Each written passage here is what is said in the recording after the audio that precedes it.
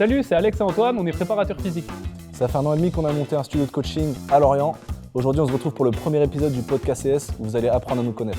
Du coup, première partie sera parcours pro, perso, sport et les questions qui vont en découler. Première question du coup pour toi, Alex. On rappelle, il n'est pas au courant des questions que j'ai préparées. Donc, en quoi ton parcours de militaire t'a aidé en tant qu'humain et en tant que coach? Bonne question. D'un point de vue discipline, ça m'a apporté énormément de choses, beaucoup de rigueur et beaucoup de cadre, je pense, de l'exigence envers moi-même sur mon apprentissage et le fait de toujours vouloir rester formé et informé sur ce qui se fait. Et du coup, comme je te disais, une certaine exigence aussi envers moi-même pour être le cordonnier bien chaussé au vu des personnes qui nous font confiance tous les jours. Exigence qu'on ne retrouve pas du tout sur tes coachings. T'es coaché pour en parler, je pense. Je suis pas un tortionnaire, ça va. Ça va. Ça va. Ok. Du coup, question numéro 1 pour toi aussi, donc que tu ne connais pas. Quel moment de ton parcours t'a fait comprendre que forcer plus n'était pas la solution? Bonne question aussi. En vrai, là, je dirais, il y a 2 ans, quand je me suis refait les croisés sur mon deuxième genou. Du coup, je me fais opérer c'était en mai, début mai. Et j'avais repris grave vite, on va dire, niveau musculaire. Mais j'avais des capacités musculaires trop importantes par rapport aux capacités de mon articulation actuelle. Et ce qui fait que je me suis... en fait, à chaque fois que je forçais un peu trop, je faisais 2 pas en avant, 3 pas en arrière, 2 pas en avant, 3 pas en arrière. Et au final, je n'avançais pas. Ce qui fait que j'ai dû me faire réopérer du coup derrière. Parce que je pense que j'ai voulu aller trop vite pour mieux revenir. Mais des fois, quand tu n'écoutes pas ton corps, il te le fait comprendre. Et si tu captes pas ces signaux-là, ça peut pas aller. C'est vrai. Du coup, après ton autre OP, tu as procédé différemment sur... Déjà, niveau mindset, je pense que j'avais changé. Parce que premier OP, je voulais reprendre le plus vite possible. En gros, je m'étais fait opérer en mai, je voulais reprendre en janvier ou février. Donc ça faisait à peu près 8 mois, quelque chose comme ça. Je m'étais fait réopérer fin novembre, et là, je savais que ma saison, elle était finie déjà, avant d'avoir commencé, mort dans l'œuf. Donc je m'étais dit, tant pis, maintenant, tu as au moins jusqu'à l'été prochain pour prendre ton temps. Donc je suis toujours resté actif malgré tout, mais en essayant d'y aller un peu plus mollo et surtout en essayant de me baser vraiment sur les facteurs limitants et trouver quel est ton facteur limitant. Est-ce que c'est d'un point de vue cardio, d'un point de vue musculaire, d'un point de vue articulaire? Bon, moi, pour le coup, c'était vraiment d'un point de vue articulaire, mais maintenant, c'est réglé. Je reviens juste sur la question que tu m'as posée juste avant, j'ai d'autres réponses qui me sont arrivées. Vas-y, enchaîne du coup. Ça m'a aussi apporté le fait qu'on nous poussait beaucoup dans nos retranchements et qu'on faisait des choses de façon pas intelligente. En gros, tu fais et tu fermes ta bouche. Marche ou crève. C'est ça. Et l'idée, du coup, là, c'est que ça m'a obligé, en fait, à revoir un spectre un peu différent et essayer de toujours expliquer aux gens le pourquoi du comment. Alors, il y en a peut-être que ça n'intéresse pas plus que ça parce que c'est des gens qui ont juste besoin d'être drivés sur une séance, mais d'autres personnes comme on a qui vont être très investies et qui vont chercher à comprendre le pourquoi du comment, du coup, transmettre un max de connaissances. La compréhension précède l'exécution. Voilà. Ce qu'on répète toujours aux gens et qui est toujours d'actualité, de toute façon. Okay. Clap de fin, c'est bon. Deuxième question. Vas-y. Alors, deuxième question, est-ce que tu peux citer les différents boulots dans lesquels tu as travaillé et sortir une chose qui t'a le plus marqué là-dedans? Que ça soit d'un point de vue humain ou d'un point de vue mindset ou... Dans tous les boulots que j'ai faits? Ouais, t'as qu'à m'en prendre 3-4. Il y en a quelques-uns. Justement, je sais bien. On va dire, je vais partir dans l'ordre chronologique depuis la création avant le studio et avant mon activité de coach sportif. Donc juste avant, je travaillais, j'étais instructeur sur des stages de survie. Donc là, ce qui m'a permis de travailler avec des publics divers et variés, plein de personnes différentes. On a eu du sportif aguerri, parce qu'on a eu la chance d'accueillir des sportifs pros, notamment des jeunes du Stade Rennais ou encore les gars de Guingamp.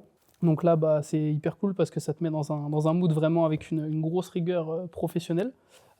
Et travailler avec des joueurs qui sont pros, c'est pas la même chose que de travailler avec monsieur, madame, tout le monde qui vient se détendre pour un enterrement de vie de garçon ou un enterrement de vie de jeune fille. En même temps, je cumulais un autre boulot, donc je travaillais de nuit, je déchargeais les bateaux qui rentraient de mer la nuit, les chalutiers principalement.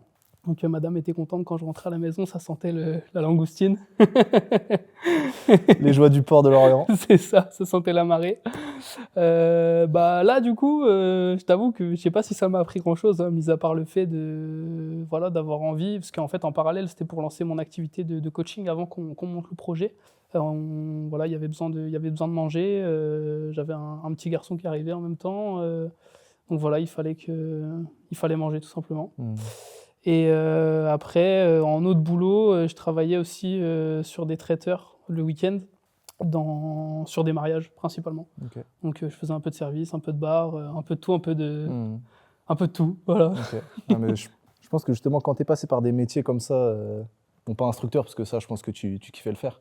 Ouais. Mais je pense le reste, bosser au port de nuit, bosser les week-ends sur des mariages et tout. Je pense que quand tu as connu ça, même, tu vois, je fais le parallèle avec moi, j'ai bossé au McDo, j'ai bossé dans des usines de crêpes et tout. Mais quand tu as fait ça, tu te dis, mais tu dois tellement te donner à 150% au taf pour pas y retourner. Tellement. T'as pas envie d'y retourner. Tellement. C'est, je pense aussi, nous, ce qui nous force à maintenir notre rigueur et notre régularité qu'on a par rapport avec notre activité actuelle, tu vois. Et c'est ce qui nous pousse l'un et l'autre vers le haut, je pense. Je pense. Autre question, du coup, pour toi. Est-ce que ton vécu sportif influence ou a influencé aujourd'hui ta manière d'accompagner tes athlètes ou tes clients que tu as en suivi? Oui, c'est sûr. C'est sûr. Issu du foot, du coup, donc forcément, j'ai toujours été... Déjà, j'ai jamais fait de sport individuel parce que je pense que j'aurais pété un câble contre moi-même, étant trop mauvais joueur et trop exigeant avec moi-même.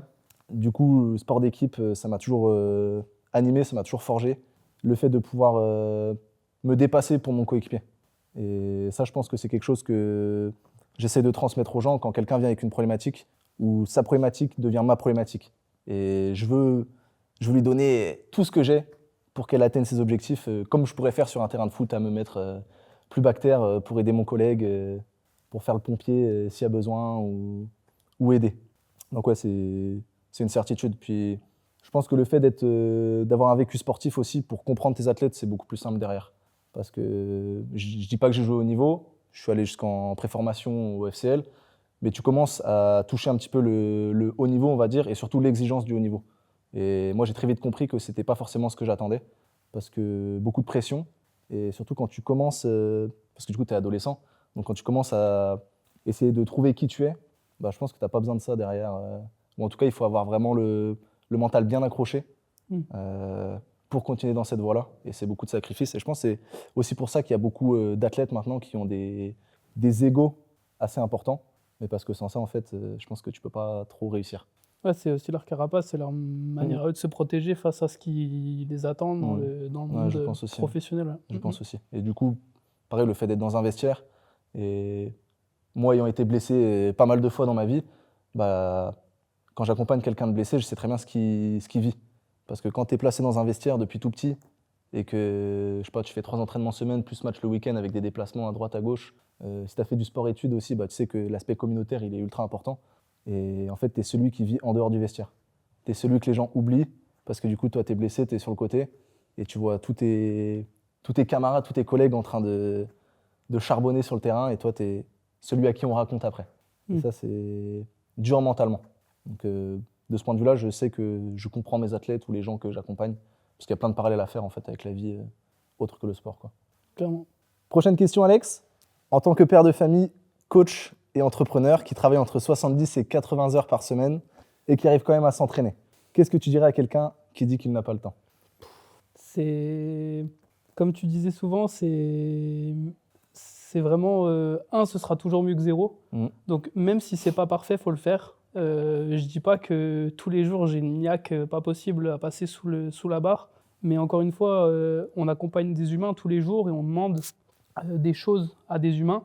On a, nous, une certaine exigence envers nous-mêmes qu'on demande aussi à nos coachés, que ce soit des athlètes ou des personnes pour un public un petit peu plus lambda, monsieur, madame, tout le monde. Si nous-mêmes, on n'applique pas ce qu'on dit aux gens, qui va être légitime pour leur dire quoi que ce soit? Si nous-mêmes, on n'applique pas de la rigueur sur ce qu'on demande aux gens, qui va le faire? Donc, pour moi, c'est juste, encore une fois, cette histoire de cordonnier bien chaussé, et de pouvoir être aligné. Fais ce que tu dis et dis ce que tu fais, pour moi, c'est important. Vaut mieux s'entraîner un petit peu. Des fois, voilà, on a été la preuve, hein, là sur les derniers mois, ça a été un petit peu dur avec notre rythme de travail. Et ben, c'était des entraînements de 30 minutes, 35 minutes, 40 minutes peut-être pour les plus longs. Et ça suffisait. On envoie le signal. Est-ce que c'est optimal? Je pense pas. Est-ce qu'on envoie un signal? Ça, c'est sûr que oui. Mhm.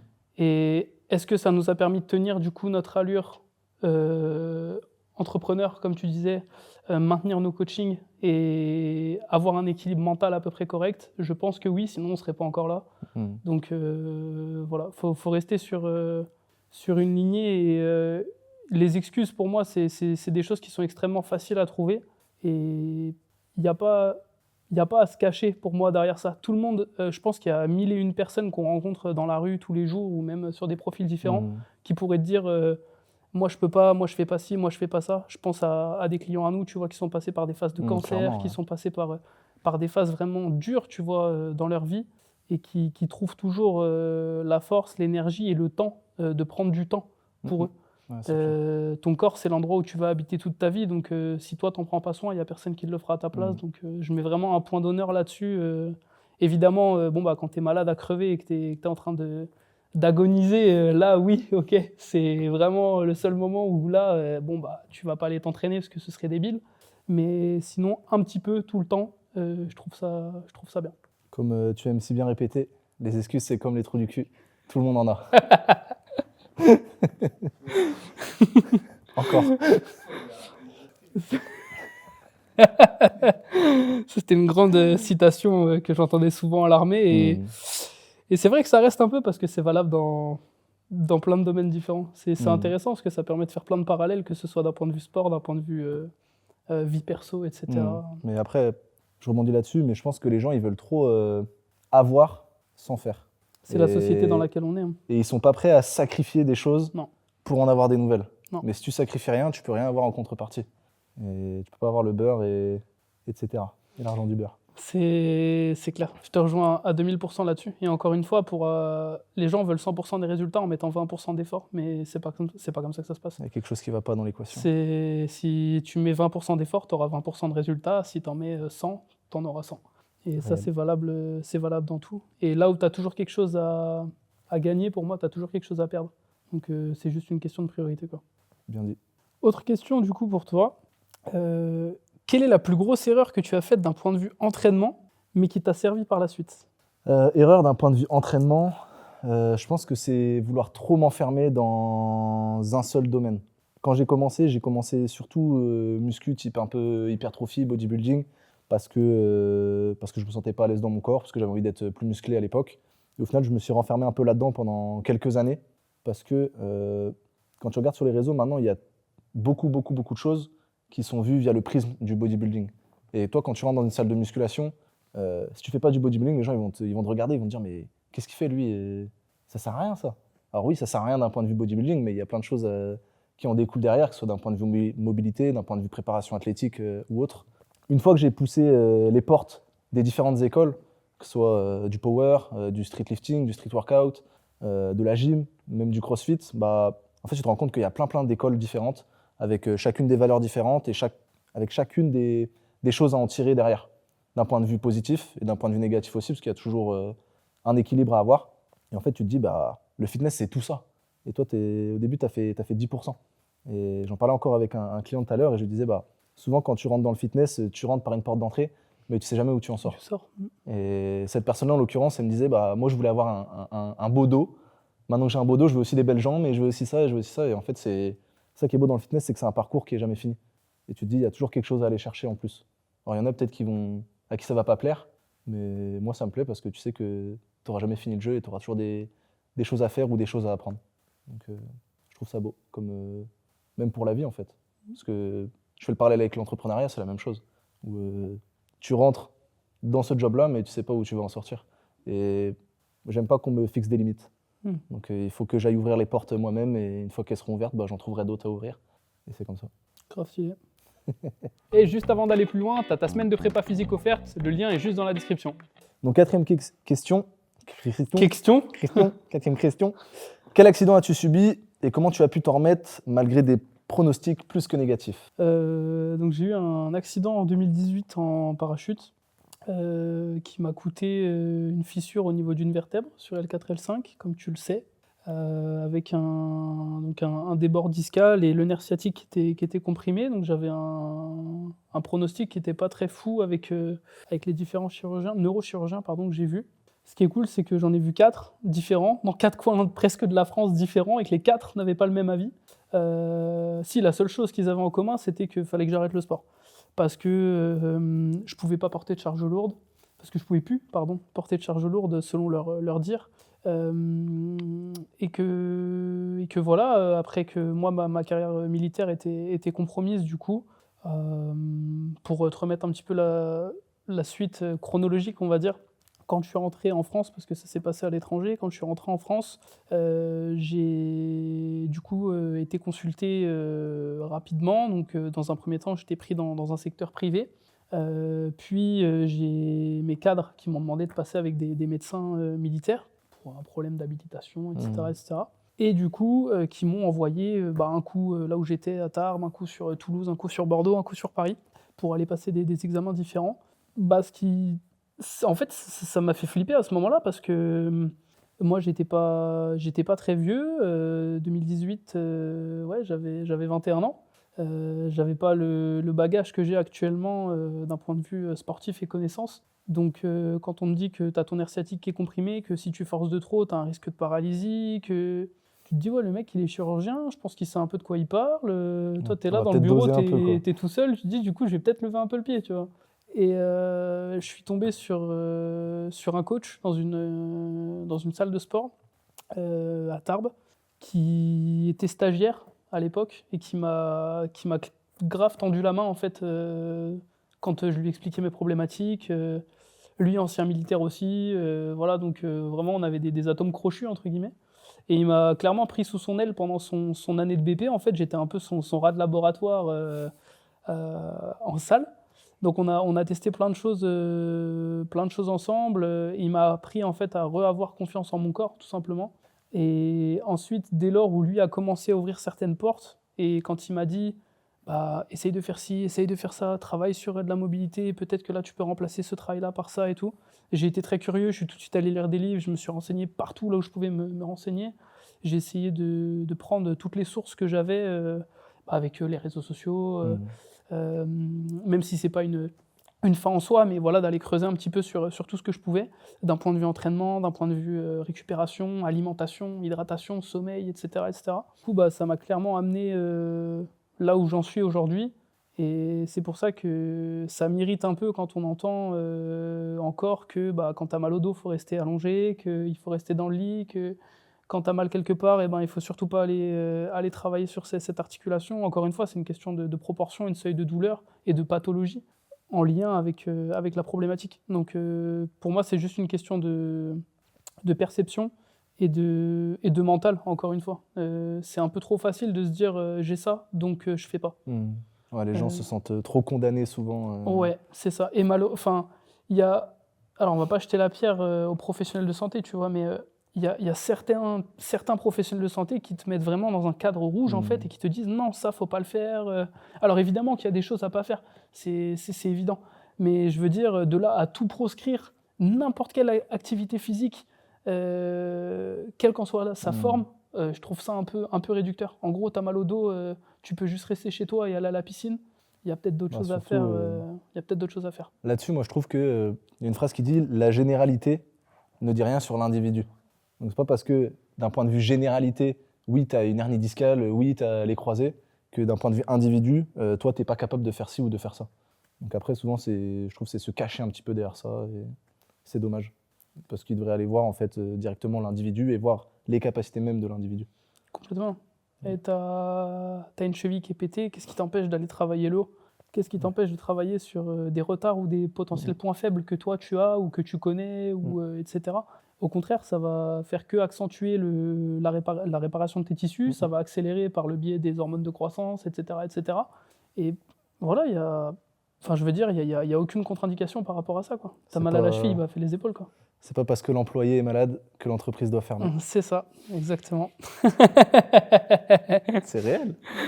Mais ouais. Et après, encore une fois, est-ce que tu dois trouver, tu dois trouver des excuses ou est-ce que tu dois plutôt essayer de trouver des solutions? Moi, je suis plutôt partisan de trouver des solutions, tu vois. Après, ça, je pense, c'est dans le mindset des gens aussi. Hmm. Où il y a des gens, ils vont voir le verre à moitié plein et d'autres le verre à moitié vide. Complètement. Ouais, bah, c'est bien, t'as une hernie discale, mais t'as 23 autres disques. Bah, débrouille-toi. C'est clair. C'est bien, tu t'es fait les croisés, mais t'as plein d'autres ligaments dans ton genou. Hmm. T'as tes ischios aussi qui vont venir bosser, mais sûr que si tu fais rien, ça va pas s'arranger. C'est facile de rien faire. Se bouger et trouver des solutions, c'est plus compliqué. On est d'accord. Il y a ceux qui cherchent des problèmes et ceux qui cherchent des solutions. C'est ça. Si tu devais résumer ton approche actuelle en une phrase issue de ton vécu, ce serait laquelle? Si je devais résumer mon approche actuelle en une phrase, Issue de ton bah, vécu, ouais. il y a un mot, moi, déjà, que j'adore, c'est le mot résilience, où celui-là, il résonne en moi, parce que tant que moi, j'aurais pas choisi d'arrêter, personne ne me dira d'arrêter. Il n'y a rien qui finit. Que ça soit médecin, que ce soit peu importe. Bah, tu vois, je prends mon cas perso dans mes études où, sortie de stab, je voulais faire kiné. Il n'y avait que 5 places. Bah, j'ai pas été pris. Bah, c'est pas grave. Je pense qu'à l'heure actuelle, j'ai des connaissances bien plus importantes que certains kinés. Et je pense qu'on se rejoint sur beaucoup de points là-dessus, en tant que professionnel du sport et de la santé. Je prends le cas du foot où je me suis fait 2 fois les croisés, enfin une fois sur chaque genou, plus les ménisques. Bah, je pensais que c'était fini, mais tant que je ne l'ai pas décidé, bah, c'est pas fini. Donc là, je suis revenu, je rejoue maintenant. Alors certes, pas au niveau que j'avais avant, mais ça, c'est pas grave, tant que je prends du plaisir sur le terrain. Et ça, je pense que c'est quelque chose que j'aime transmettre aussi aux gens. Parce que forcément, quand un coaché vient chez nous, il vient avec tout son parcours de vie, où souvent il y a eu beaucoup d'étapes à passer, beaucoup d'épreuves à passer. Et justement, moi, j'aime discuter avec les gens et j'aime connaître ces étapes-là pour les connaître à 100%, savoir par quoi ils sont passés et essayer de tisser des liens, que ce soit avec moi et surtout comment moi je peux les aider aussi à travers ça. Donc je pense que c'est vraiment un accompagnement autant physique que mental. Et c'est souvent ce que me disent les gens à la fin de nos coachings, que ce soit d'un point de vue développement physique où on a atteint les objectifs et d'un point de vue développement psychique, mental, où ils s'y attendaient pas. Mais parce que pour moi, c'est important de prendre l'humain dans sa globalité, que tu sois athlète ou que tu sois monsieur, madame, tout le monde, et de s'appuyer sur ton parcours pour bâtir dessus, en fait, avoir des fondations solides. Et je pense que c'est pour ça aussi que j'aime bien pousser différentes portes qui n'ont rien à voir avec mon métier, que ce soit sur les énergies, que ce soit d'un point de vue psy, d'un point de vue prépa mental ou autre. Juste pour moi, m'aider à comprendre mieux les gens et à mieux les connaître et à mieux les accompagner derrière. Et je pense que c'est important en tant que coach. Et mon approche, je dirais ça. Le mot résilience qui ressort et l'approche autant physique que mentale derrière. Après ça, je pense que c'est nos parcours aussi qui font que ça nous nourrit. Et je pense qu'on aime aider les gens, on aime nourrir les gens aussi de l'énergie qu'on a. C'est vrai. Avoir un gros impact dans leur vie. Qu'ils disent, putain, ces gars-là, je peux leur faire confiance, je sais que si j'ai un souci, ils seront là. Je sais que si j'ai un souci physique, ils seront là. Je sais que si je suis dans le down mentalement, ils seront là. Et ça, c'est trop important. Leur transmettre, de voir le verre à moitié plein. C'est beau. Est-ce que le rugby t'a impacté en tant qu'humain et derrière, sur ta partie professionnelle, en tant que coach, prépa physique? Je pense que oui. Je pense que oui, même si j'en fais plus depuis quelques années, à mon plus grand regret. La dernière fois que j'ai remis les crampons, c'était sur l'année où je me suis blessé. Et c'était même pas pour du rugby à 15, c'était pour du 7 à l'époque où j'étais encore à l'étranger. Et c'était des phases de qualif là-bas, donc grave intéressant et très enrichissant pour moi, parce que j'avais jamais fait de rugby à 7 de toute ma vie. Cardio, faut être prêt, hein. Tu m'étonnes. Mais du coup, je pense que oui. J'ai essayé des sports individuels, sport de combat, judo, avec l'armée, j'en ai fait quelques-uns aussi. Mais je me suis toujours beaucoup plus retrouvé dans le collectif. Parce que j'aimais vraiment donner de ma personne, entre guillemets, pour essayer de rebooster tout le monde, d'être là physiquement et mentalement pour les gars aussi. Donc ça rejoint ce que tu disais tout à l'heure. Bien que j'étais pas le maillon de l'équipe, loin de là, je sais pas du tout ce que je voulais dire par là, mais juste essayer de donner de l'énergie à tout le monde. Et je trouve que c'est déjà pas mal dans un vestiaire, sur un terrain, dans les moments durs. Et j'ai toujours beaucoup aimé ça. J'ai jamais trop été branché sport indiv. Donc oui, le sport collectif, je pense, a permis de me nourrir de pas mal de choses là-dessus. Et de toute façon, on le ressent bien maintenant, même avec des coachés qu'on a sur du sport co, à quel point ça peut être difficile d'évoluer dans une équipe où dans les vestiaires c'est compliqué, se sentir pas ou peu compris, ou des fois tu vois on peut avoir des réflexions de gars, ouais pourquoi tu prends un coach pour te suivre à côté, t'es pas professionnel, à quoi ça sert, nanani nanana. Bah, c'est des gars qui sont incompris juste parce qu'ils ont envie d'être bons en fait dans ce qu'ils font et que tout simplement ils se donnent les moyens en fait, et parce que ça les fait vibrer, ça les fait kiffer de pouvoir faire profiter l'équipe même s'ils jouent pas en Ligue 1, tu vois. Donc oui, du coup je pense que ça m'a beaucoup nourri de plein de choses, d'un point de vue état d'esprit surtout. Ok, trop bien. Il me reste une dernière question, du coup c'était ça, hein. Normalement, oui. À quel moment tu as compris que la performance ne se jouait pas uniquement à l'entraînement? Je pense que c'est quand tu arrives sur des états de fatigue plus. Donc bah là, comme tu le sais, on fait beaucoup d'horaires, donc beaucoup de charge mentale, beaucoup de fatigue accumulée, d'un point de vue travail, d'un point de vue sportif, d'un point de vue même perso, avec beaucoup de choses à gérer. Je pense qu'à un moment, même si tu sens que tu as les cannes et tout, que les jambes ça va, bah, quand la tête, il n'y a plus rien quoi, niveau énergie. Donc là, je pense que ça, c'est quelque chose que j'ai capté dernièrement, parce que je suis un gars, j'ai toujours eu beaucoup d'énergie et peut-être un peu hyperactif sur les bords. Mais dès qu'on me propose quelque chose, moi, je suis chaud de le faire. Et quand tu sens que cette petite flamme-là, elle commence à diminuer, c'est qu'il est temps. Et même, je le sentais beaucoup sur mes entraînements, du coup, là, dernièrement, où j'avais plus la wash comme avant.